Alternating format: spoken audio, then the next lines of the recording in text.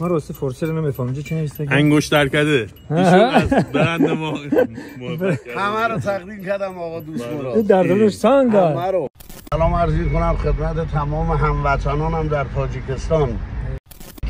بزرگید شما. تشکر قبول میکنم انا در گردن میندازم اینا. من تشکرم زیاد از رئیس جمهور تاجیکستان.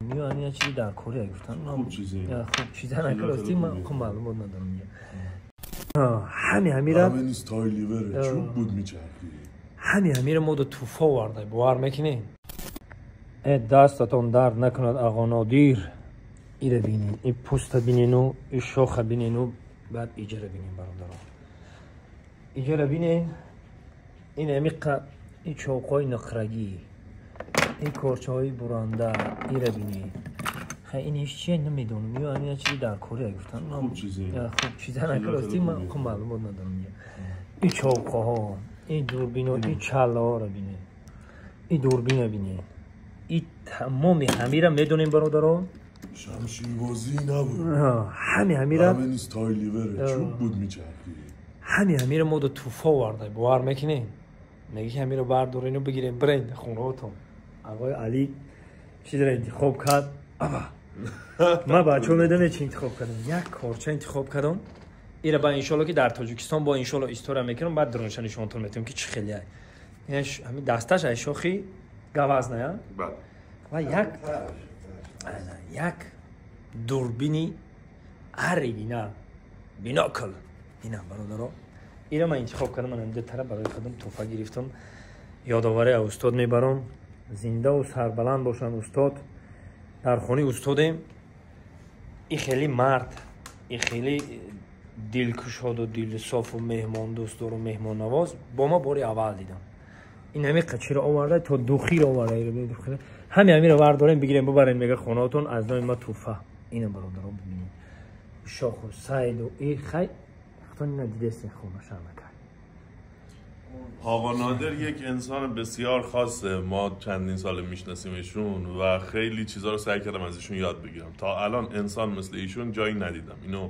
جدی دارم میگم انقدر دلگنده دل بزرگ دست و دل باز و انقدر مهمون نواز و مردمدار که ما به عنوان این مهمانی اومدیم این وسایل آورده که ما به عنوان تحفه ببریم و ممنون از محبتشون ممنون واقعا ممنون از محبتشون ممنون از انسانیتشون زنده باشید زنده و سربلند باشید خدا نگهبانتون زنده باد برادری زنده باد آدم و آدمگری از قلعه فلک الافلاک برآمدیم برادر عزیزمان پیشوازمان گرفت عزیز ما آقا دوستان من خیلی خوشحال شدم اومدی ایران بعد اومدی لرستان سلام عرض کنم خدمت تمام هموطنانم در تاجیکستان انشالله که همیشه پیروز و سربلند باشید. لرستان ما 2 هفته پیش ثبت شد در یونسکو به عنوان قدیمی ترین سکونتگاه انسانهای ناندرتال و هوشمند.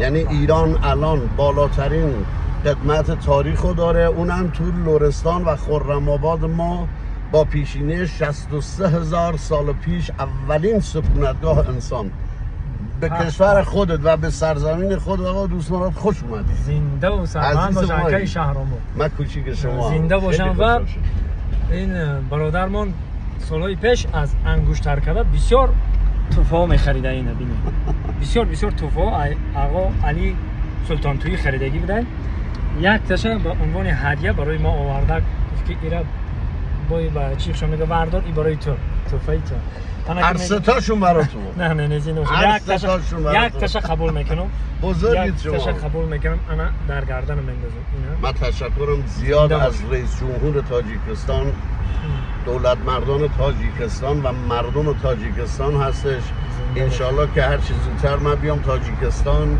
سری بزنیم بیاین در خدمتتون باشید عزیز ما شما خیلی خوشحال شدم اومدید زنده باشید خدا وکیلی خوشحال شدم سربلند عزیز دل مایی ولی یک سخنش بسیار ماده پسند اومد گفت که بسیار گفت لفظی ایران گفت از ایرانی‌ها گفت ایرانی ترین در سخن گفتن 100% ایرانی ترین شما اگه نبودید نوروز ما ثبت نمی‌شد اگه شما نبودید چوگان ما ثبت نمی‌شد اگه شما نبودید خیلی از اتفاقایی که الان هست در زمان گذشته و دوره هخامنشیان شما بیشتر از ما.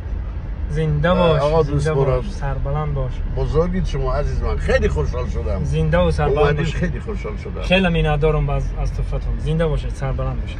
اینا مال خودشه. زنده باشید، زنده باشید. خدا نگهبانتون. اینا برادرام هر وقت که برادرها رو میبینم خیلی خرسند و خوشحال میشم که من کوچیک شما ما هم فرهنگ و هم زبان و هم دین و همه طرفه بگیم ما اکا و دادریم، برادر. ان شاء الله. زنده و سربلند باشید. زنده باشید. یا آقا علی ما راستی فارسی رو نمیفهمم چی نوشته؟ انگشتر کده ایشون از برند ما همه رو تقدیم کردم آقا دوست مراد. این دردش سنگ نه آقا قبول نکردم. من خودم من قبول نکردم. نه حالا من قبول نکردم. یک تاشه در گردن مینه. تو لرستان حالا یه باری بخوام یه باری بخوام. من خودم از عزیز ما دادم. اینا دی همه ایران عزیز این انا میره قبول کردم. همین کافی است. همه رو من دادم. اینو برای بچه‌هاشون. کافی است. هزار رحمت. شما خودم میدم بهش. عزیز ما من کوچیک شما کوچیک تمام بچه‌های تاجیکستان هم. زنده باش. خوشحال علی. با سلامتی دوست مراد عزیز.